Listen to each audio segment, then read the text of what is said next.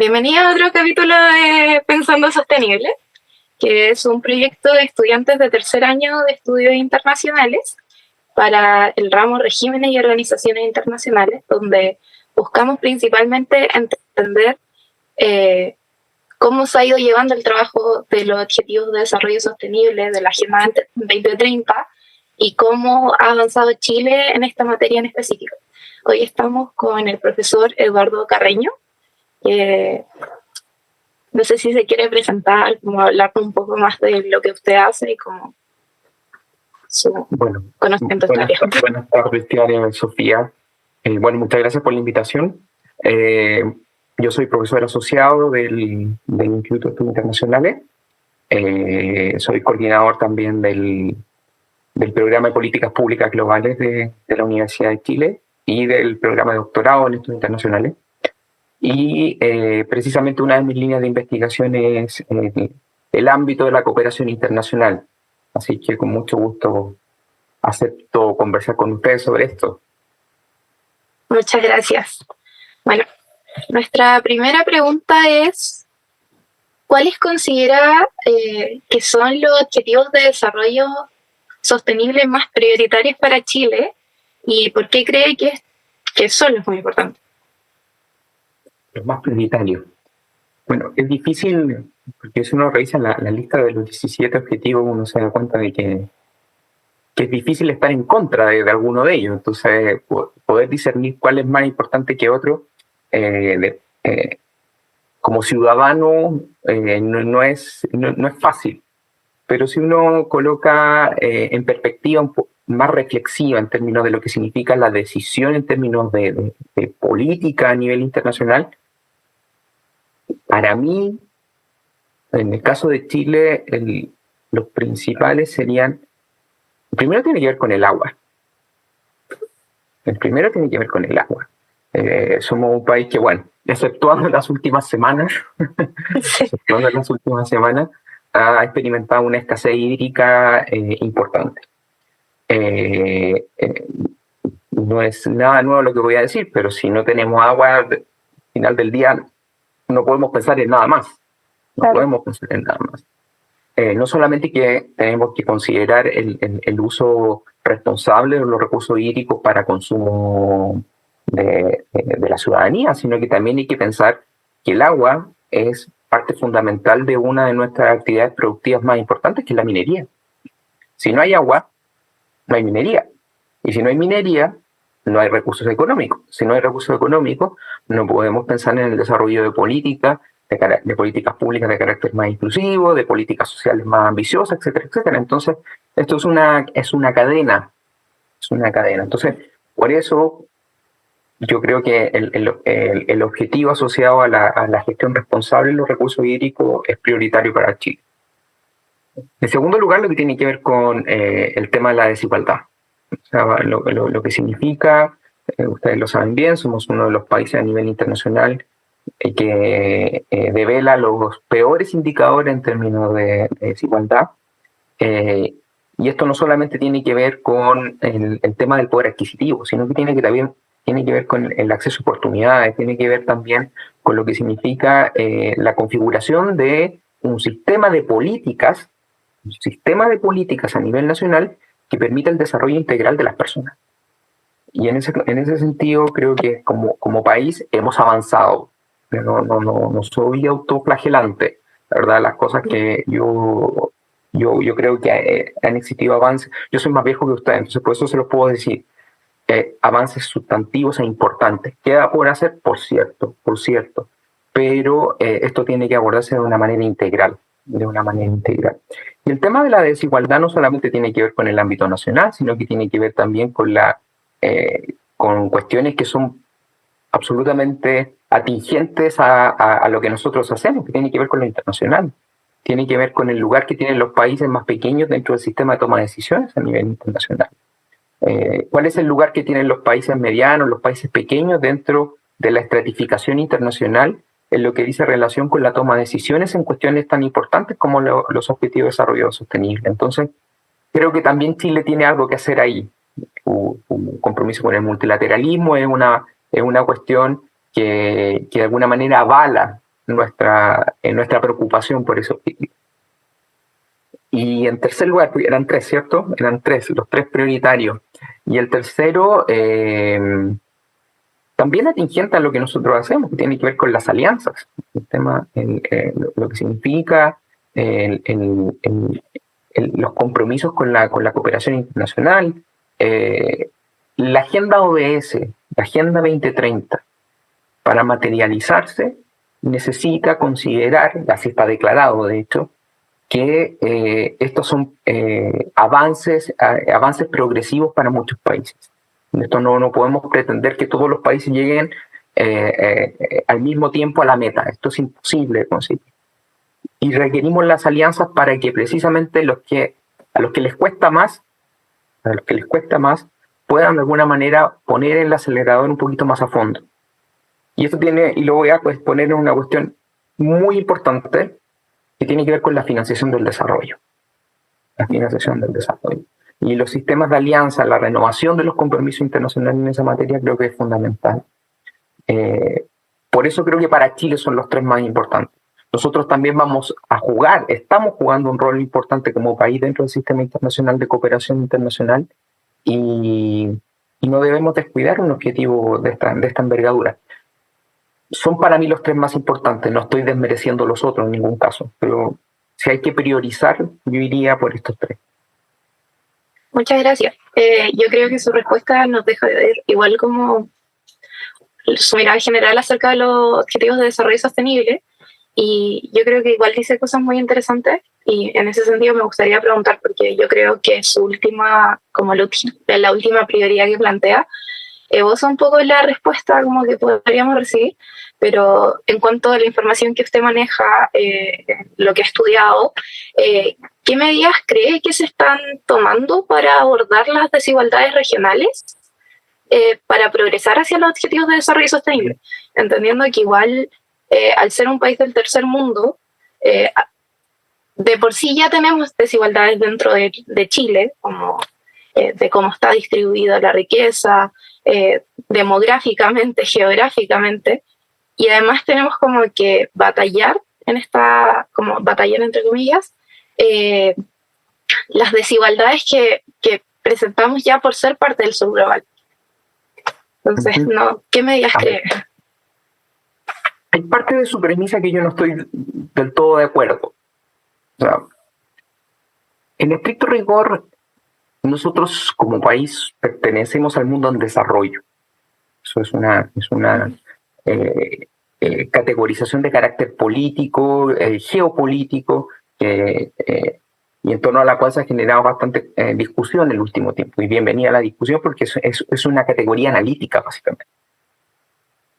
Pero, aunque ustedes no lo crean, en términos de lo que significan los datos duros, en términos de lo que significan las estadísticas, lo que significa la evidencia a nivel internacional, nosotros somos considerados país ricos para muchas cosas.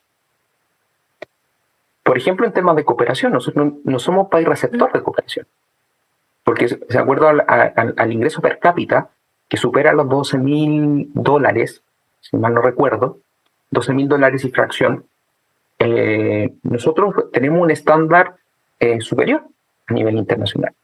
Y como tenemos un estándar superior, estamos también en una situación dentro del sistema internacional bastante particular, que es lo que se denomina la situación de los países de renta media. Y los países de renta media estamos llamados a actuar como una suerte de engranaje dentro de este sistema, porque somos los países que tienen que facilitar la llegada de la cooperación al desarrollo para los países que se encuentran en una situación de mayor vulnerabilidad dentro del sistema internacional. Entonces, dicho esto, que insisto, es un contrapunto a su premisa, creo que es extremadamente importante que precisamente los esfuerzos por lograr acercarnos, porque yo la verdad que soy pesimista con respecto al cumplimiento, pero acercarnos a lo que significan las metas asociadas a los 17 objetivos, creo que es fundamental la coordinación a niveles regionales y subregionales. Esta suerte de geometría variable que se utiliza mucho para estudiar los regionalismos, es extremadamente importante también para poder configurar políticas de coordinación. No estoy hablando ni siquiera de cooperación, estoy hablando de políticas de coordinación a nivel subregional y regional que permitan de alguna manera cumplir con uno de los principios que está declarado dentro de la Agenda 2030, que es no dejar a nadie atrás. Porque si los países de renta media, como nosotros, no nos preocupamos de los países que se encuentran al final del tren, no lo van a hacer los países desarrollados. Los países desarrollados están preocupados de otras cosas. Entonces son los países de renta media los que de alguna manera tienen que actuar también en consideración de los intereses de esos países que se encuentran en una situación menos ventajosa. Gracias. Bueno, ya y ahora en el marco más general, ¿cómo evaluaría usted los esfuerzos que ha realizado Chile para cumplir los objetivos de desarrollo sostenible y qué aspectos cree usted que podrían mejorar? A ver, Chile siempre, por lo menos lo declarativo, se presenta como un buen ciudadano global. O sea, vale decir, de hecho no sé si ustedes lo saben, pero nosotros somos parte del pequeño grupo de países que impulsó la agenda social a nivel internacional. Que esto comenzó en el año 95, esto no es nuevo. Esto comenzó en el año 95 con la Cumbre Mundial sobre Desarrollo Social que se celebró en Copenhague. Y esta instancia internacional, esta reunión multilateral, fue propiciada por Chile, liderada por Chile. Por eso el entonces embajador Juan Somavía, que era el representante permanente de Chile ante Naciones Unidas, él fue el promotor de la Cumbre Mundial de Desarrollo Social. A partir de ahí comenzamos a hablar de los objetivos de desarrollo del milenio, del año 99-2000, hasta llegar a los ODS de ahora. Entonces, como país, insisto, somos buenos ciudadanos en lo declarativo. Cuando en el 2015 se suscribe la Agenda 2030, Chile se hace parte una vez más de esto y configura un sistema nacional de implementación de la Agenda 2030, que no sé si están familiarizados con el mismo, que es un sistema, se llama sistema, porque básicamente conlleva un esfuerzo multisectorial, intersectorial, donde no solamente está involucrado el Ministerio de Relaciones Exteriores, está involucrado el Ministerio de Desarrollo Social y Familia, está involucrado el Ministerio de Economía, está involucrado una serie de reparticiones públicas. Todo esto está bajo la coordinación de una Secretaría Ejecutiva arraigada dentro del Ministerio de Desarrollo Social. Hay normativas, hay instrumentos que permiten de alguna manera pensar que la materialización de la Agenda 2030 a nivel nacional debería ser exitosa. Yo eso lo aplaudo, pero los resultados, lo que es, ustedes todavía no llegan a políticas públicas, pero lo que es el diseño a la implementación hay una brecha importante. Hay una brecha importante. Y esa brecha no se subsana con más institucionalidad, se subsana con mayor operatividad en términos de política pública. Mayor operatividad en términos de política pública. Y yo creo que ese es lo que le falta a Chile. Tenemos voluntad internacional, tenemos respeto, tenemos prestigio y respeto internacional por lo que significa la participación de Chile en este tipo de iniciativas. Tenemos una institucionalidad, la verdad, de las cosas bastante sólida en esta materia. Si uno hace un ejercicio comparado con otros países, somos de los países que un poco más adelantados en esta materia. Pero nos quedamos ahí. Nos quedamos en la configuración institucional, pero la materialización de los objetivos, las metas, no ha sido del todo... tampoco quiero ser tan autoflagelante nuevamente. No ha sido menos de lo esperado para un país como nosotros, como el nuestro, ¿verdad? Un país. Entonces creo que ahí es donde está el reto. achicar la brecha entre lo que se diseñó y lo que se está haciendo. Claro, como usted dice, existe un espacio ahí entre medio, entre que se toma la decisión, entre que se dice sí, vamos a cooperar, hasta que realmente se materialice. Y en ese sentido, ¿usted conoce algún ejemplo en cuanto a la implementación y resultados en materia de políticas públicas, como usted mencionaba, que podrían replicarse acá en Chile, ya sea algo en la región o en otro país que no sea acá? El caso más llamativo, por lo menos para mí, es España. Yo estoy en España ahora. El gobierno del actual presidente de Pedro Sánchez, el gobierno del presidente del gobierno español, cuando se constituyó, ellos crearon un ministerio específico para la Agenda 2030. Interesante. Hay un ministerio, hay una repartición ministerial encargada de coordinar y de materializar todos los compromisos internacionales asumidos por España dentro del contexto de los Objetivos de Desarrollo Sostenible. Yo creo que es una experiencia sumamente interesante, pero estamos hablando de una cuestión casi paradigmática, o sea, una cuestión ya esto es como ¿cómo decirlo? Esto es como lo que se esperó siempre que ocurriera.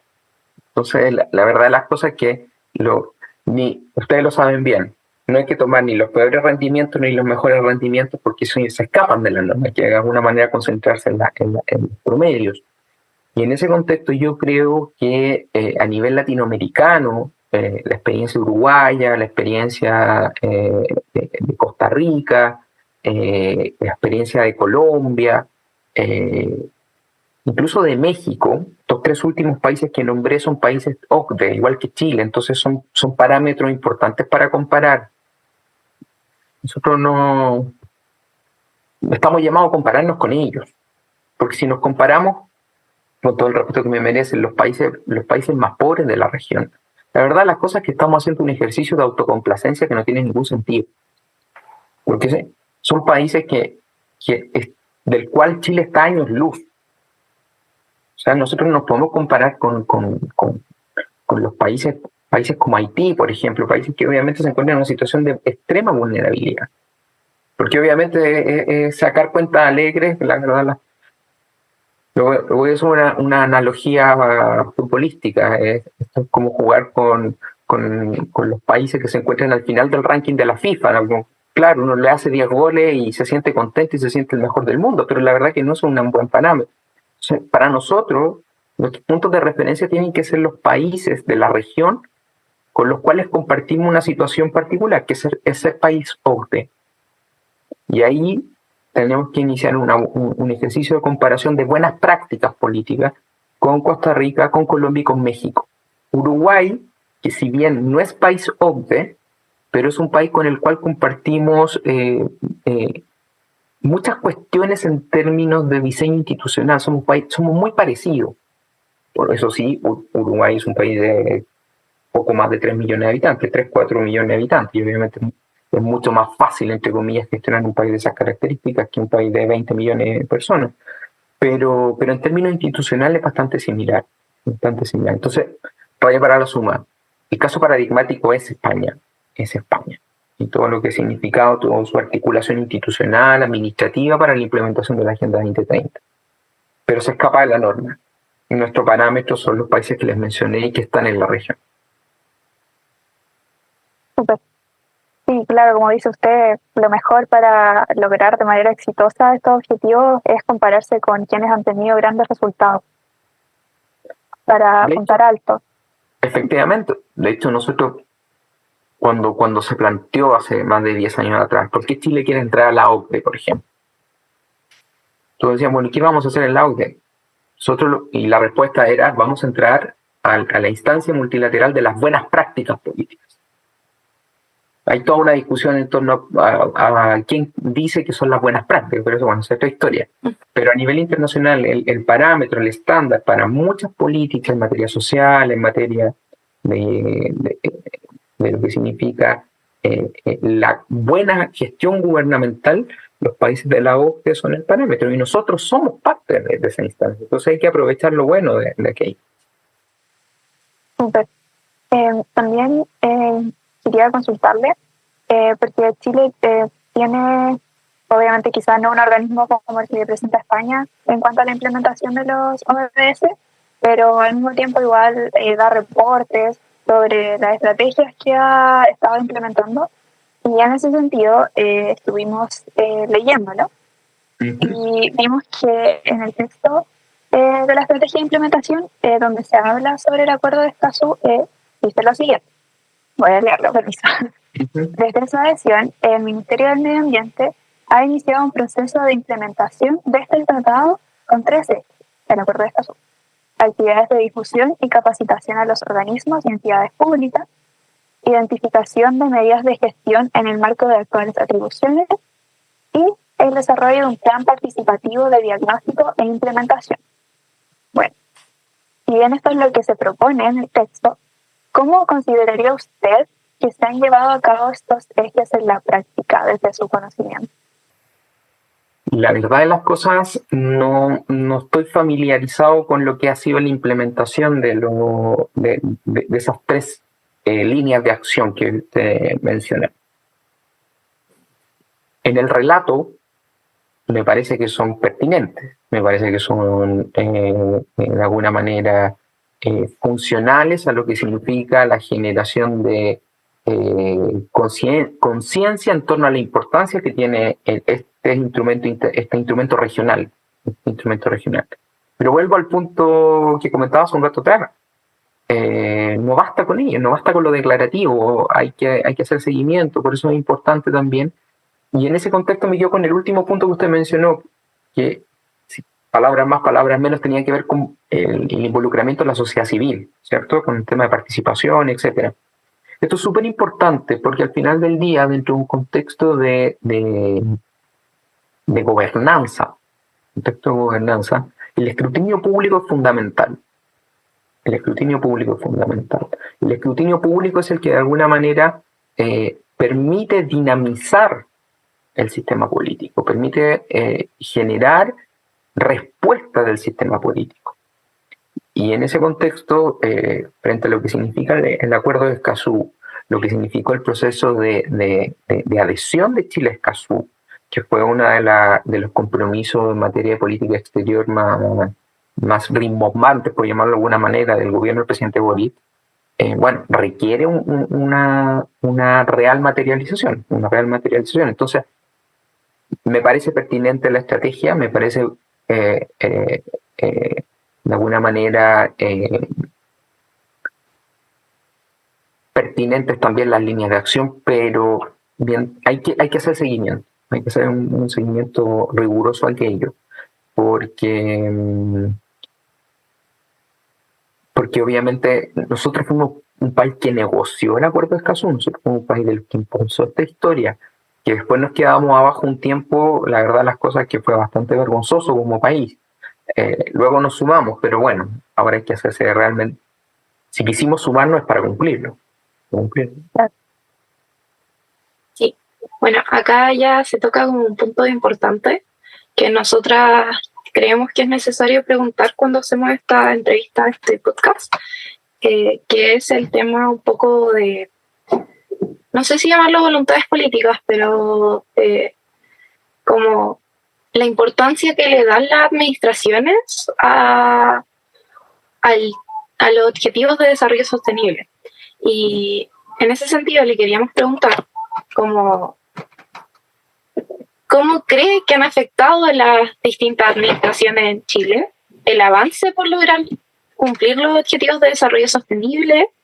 ¿Y cómo pueden los gobiernos fortalecer la colaboración entre sectores para avanzar en estos? Cuando usted dice administraciones se refiere a gobiernos. Sí. A gobiernos, vale. A ver, los ODS han cruzado 3 administraciones. La administración de la presidenta Bachelet, después del 2014 al 2018, el gobierno del presidente Piñera del 2018-2022 y la actual administración del presidente Boric. La verdad de las cosas que esto no es está de alguna manera condicionado por el tinte ideológico de cada uno de estos gobiernos. La verdad, las cosas es que esto es una suerte de continuidad y bastante marcada, bastante marcada. El diseño de esta institucionalidad que les comenté partió con la presidenta Bachelet, se perfeccionaron algunos de los instrumentos durante el gobierno del presidente durante el gobierno del presidente Piñera. Durante el gobierno del presidente Boric hemos presentado un nuevo informe de evaluación, presentamos una nueva estrategia sobre esto, tomando en consideración lo que fue el impacto del COVID. O sea, lo que quiero decir con esto es que esto es continuidad. La verdad, las cosas que aquí no hay mayor diferencia en términos de mayor o menor legitimidad en torno a la agenda, como ocurre en otros países, donde un cambio de administración, por ejemplo, obviamente genera incluso un abandono de la misma, que fue lo que ocurrió en Brasil, por ejemplo, durante el gobierno del presidente Bolsonaro, donde obviamente no solamente existió una crítica, sino que también existió, de alguna manera, si me permite la expresión, un boicot frente a lo que significaba la implementación en Brasil de la misma. Eso no ha ocurrido acá. Acá tenemos tres gobiernos que tienen un tinte ideológico bastante distinto, los tres, y en los tres hemos visto un compromiso bastante importante con lo que significa la agenda en sí. Pero perdón que vuelva al punto. Está lo declarativo, está lo que significa el relato, el discurso, la narrativa en torno a esto. Pero la materialización también evidencia los mismos problemas de continuidad, digamos. O sea, los tres gobiernos comprometidos, profundamente defensores de la consecución de la agenda, pero los tres gobiernos con importantes falencias en lo que significa su implementación. Entonces, no hay mayor diferencia en términos de administración, desde mi punto de vista. Gracias. Claro, como lo contrario que se podría haber pensado quizá ahora, que era un gobierno que se supone que buscaba más los temas de medio ambiente, y quizá, como usted menciona, sigue teniendo falencias, al igual que las administraciones anteriores. Pero sin embargo, igual es interesante que esté como instaurado igual la maquinaria burocrática de los gobiernos.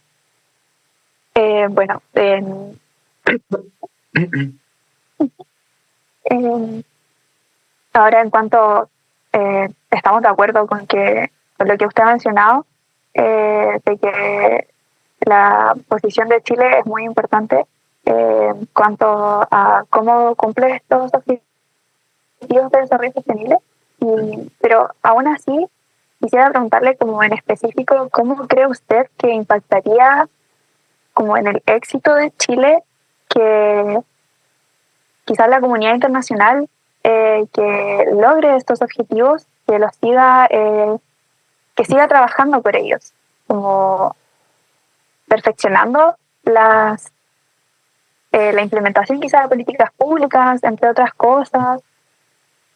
No sé si me voy a entender. Sí. A ver, esto seguro que lo han visto. Los países como el nuestro, que no tienen ni capacidad militar, ni tampoco un poder económico importante a nivel internacional, sustentan gran parte de su inserción internacional en una cuestión intangible que se llama prestigio. Y esto nos da prestigio. Si uno se pregunta qué hace un país de 20 millones de habitantes involucrado en una discusión de estas características, que era lo que se le decía al presidente Lagos, por ejemplo, donde el presidente Lagos condujo la participación de Chile en la declaración del milenio, por allá por el año 99-2000. ¿Qué hace Chile acá? La respuesta del presidente Lagos decía, bueno, nosotros vivimos de esto. Nosotros a nivel internacional sobrevivimos dentro de lo que significa el multilateralismo. Solos no tenemos mucho que hacer. Por lo tanto, el ser partícipes de estos espacios que permiten fijar metas aspiracionales para la humanidad, la verdad de las cosas es que es una contribución importante a nuestro prestigio y a nuestro, de alguna manera, a nuestra capacidad para incidir en las decisiones que se tomen a nivel internacional. No se trata, insisto, de caer en autocomplacencia ni nada por el estilo, pero este compromiso de Chile con este tipo de iniciativas, yo creo que vamos a llegar al 2030 y vamos a tener que darnos 15 años más o tal vez más años para volver a alcanzar las mismas metas. Chile tiene que renovar permanentemente este compromiso. Se tiene que renovar. Hace muchos años atrás me asistí a una reunión de evaluación de los antecesores de los ODS, de los ODM, de los países del Mercosur. Todo ha sido, no sé, el año 2010, 2011 más o menos, que se celebró en Buenos Aires. Ya el año 2011, 2010, Chile ya había cumplido los objetivos. Porque eran objetivos realmente mínimos. Objetivos realmente mínimos para un país como el nuestro. Entonces, había cuestiones obviamente donde el tema en términos de igualdad de género, por ejemplo, ha sido una de nuestras principales falencias y donde todavía queda mucho por hacer. Pero era tal vez el único punto donde en ese momento nosotros estábamos atrás.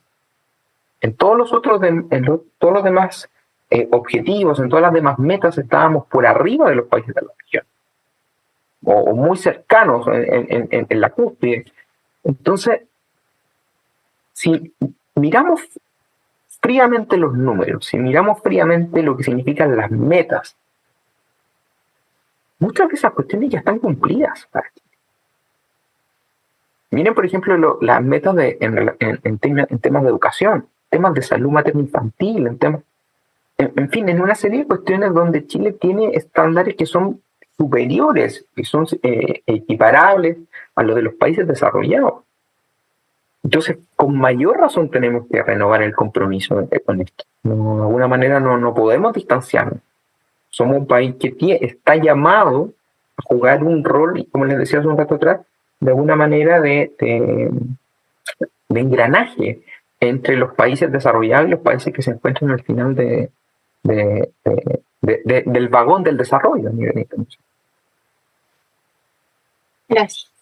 Bueno, yo creo que ya a lo largo de la entrevista hemos conseguido un poco la respuesta para la siguiente pregunta, pero aún así, como ya a título más personal suyo, considerando las situaciones políticas, económicas, sociales, medioambientales de los países latinoamericanos, ¿cómo evaluaría usted el desempeño de Chile comparándolo con el resto de Latinoamérica en cuanto a los esfuerzos por cumplir los objetivos propuestos en esta Agenda 2030?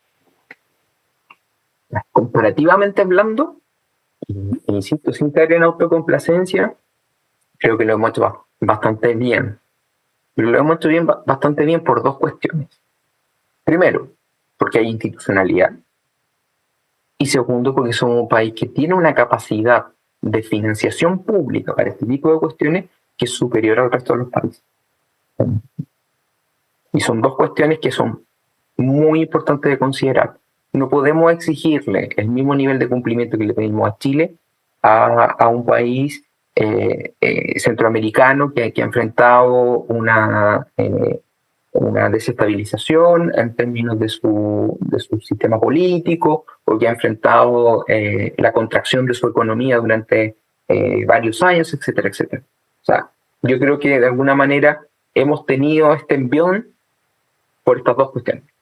La institucionalidad, la estabilidad de nuestra institucionalidad y lo que significa la capacidad de financiación de las políticas que están alineadas con la Agenda 2030. Sin ello, obviamente, estaríamos en una situación más complicada. Pero comparativamente hablando, creo que sí, que no estamos mal. no estamos mal, pero hay mucho que hacer todavía. Muchas gracias. Yo creo que esta entrevista ha sido muy fructífera. Definitivamente yo aprendí cosas que no sabía antes. Yo también. Y bueno, yo creo que la tarea para la casa que nos queda es como materializar, salir un poco del diseño y materializar. Le queremos dar las gracias por participar en este episodio de nuestro podcast. Y no sé si hay algo que le gustaría agregar. No, pues, bueno, felicitarlas por la iniciativa, todas las cosas que... yo fui jefe de carrera hace muchos años, entonces yo recuerdo que yo les decía a los estudiantes, el desafío de ustedes es elevar el nivel del debate público en estos temas. Y este tipo de iniciativas creo que contribuye a aquello, entonces por eso las felicito y las animo a seguir haciéndolo. Muchas gracias por la invitación. Muchas gracias, profesor. Su perspectiva es muy valiosa para nosotros. Nada, un gusto.